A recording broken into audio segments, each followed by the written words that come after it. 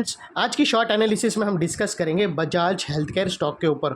दोस्तों ये स्टॉक का क्वार्टरली रिजल्ट आज शेड्यूल है और कल इंडिपेंडेंस डे की वजह से हमारा स्टॉक मार्केट क्लोज रहेगा और 16 अगस्त को इसका जो रिएक्शन रहेगा वो इसके रिजल्ट पर डिपेंड रहेगा। सो कोई भी पोजीशन लेने से पहले एडवाइज़र को ज़रूर कंसल्ट कर लेना क्योंकि वॉलेटिलिटी रहेंगी। और हाँ दोस्तों, अगर इसके रिजल्ट में कुछ लपन छप्पन आया और स्टॉक सीधा स्टॉप लॉस के नीचे खुला तो प्योरली अवॉइड कर देना, टोटली अवॉइड कर देना ये स्टॉक को। और दोस्तों हम जाते हैं सीधा टेक्निकल्स पे।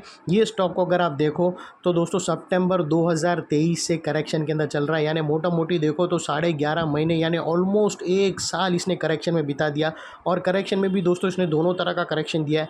इसने प्राइस वाइज करेक्शन भी दिया है और टाइम वाइज करेक्शन भी दिया है। पहले स्टॉक ने प्राइस वाइज करेक्शन दिया है जहाँ पर स्टॉक काफ़ी हद तक डाउन साइड करेक्ट हुआ और उसके बाद इसने कम समय का टाइम वाइज करेक्शन दिया जहां पर स्टॉक साइडवे गया, कंसोलिडेशन किया और स्ट्रांग बेस बनाकर ब्रेकआउट किया है। और फिलहाल ये स्टॉक को देखो तो दोस्तों यहां पर मल्टीपल पॉजिटिव फैक्टर्स एक से एक बढ़कर ब्रेकआउट हुए हैं।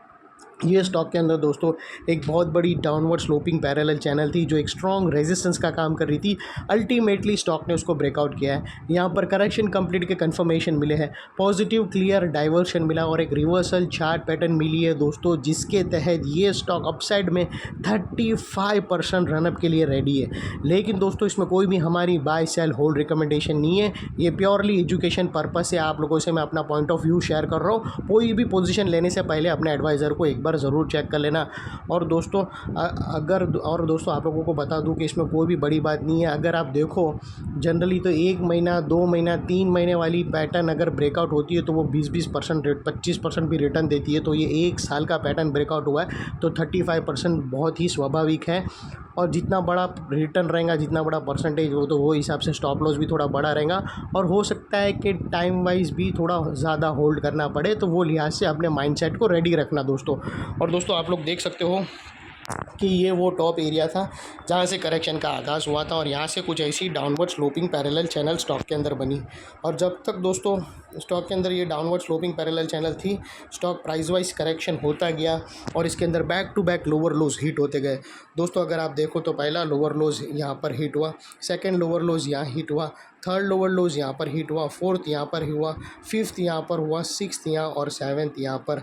और जैसे ही दोस्तों ये downward sloping parallel channel upside में ब्रेकआउट हुई, इसने मल्टीपल हायर हाइस को एक साथ ब्रेक करके उसके अबाव हाई वॉल्यूम क्लोजिंग देकर कंफर्म कर दिया करेक्शन इज़ कंप्लीटेड।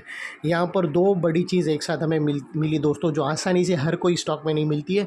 पहले तो इसने डाउनवर्ड स्लोपिंग पैरेलल चैनल को अपसाइड में ब्रेकआउट किया, जिसकी वजह से जो स्ट्रेट डाउनसाइड गिरावट आ रही थी पिछले 7-8 महीने से, वो अल्टीमेटली रुक गई।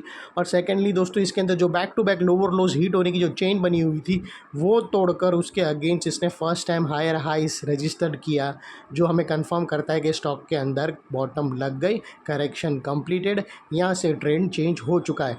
अनलेस एंड अनटिल कोई नया लोअर लोज हिट ना हो या फिर पुराने लोअर लोज के नीचे क्लोजिंग ना मिले, तब तक हम यही मानकर चलेंगे कि स्टॉक के अंदर बॉटम लग गई है, करेक्शन कंप्लीटेड।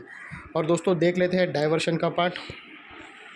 तो दोस्तों अगर मैं आप लोगों को RSI डालकर दिखाऊँ तो यहाँ पर क्लियर डाइवर्शन विटनेस होता है, RSI में भी और MACD में, दोनों में।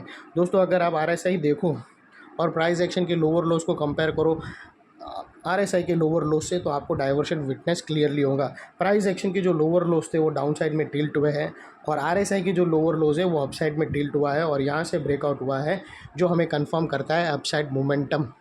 और सेकेंडली दोस्तों बात कर लेते हैं चार्ट पैटर्न की। तो दोस्तों यहाँ पर एक बहुत बड़ी चार्ट पैटर्न मिली है और दोस्तों ये चार्ट पैटर्न को बनने में इटसेल्फ स्टॉक को 1 साल लगा है दोस्तों।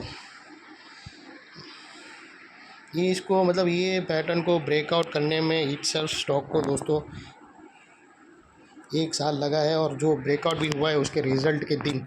और दोस्तों अगर आप देखो तो ये जो इनसाइड रेंज है ये ट्रायंगुलर चार्ट पैटर्न की, ये कोई छोटी मोटी नहीं है दोस्तों। ये 35% का रेंज है जो अपसाइड में सस्टेन होने के बाद 35% रनअप देगा।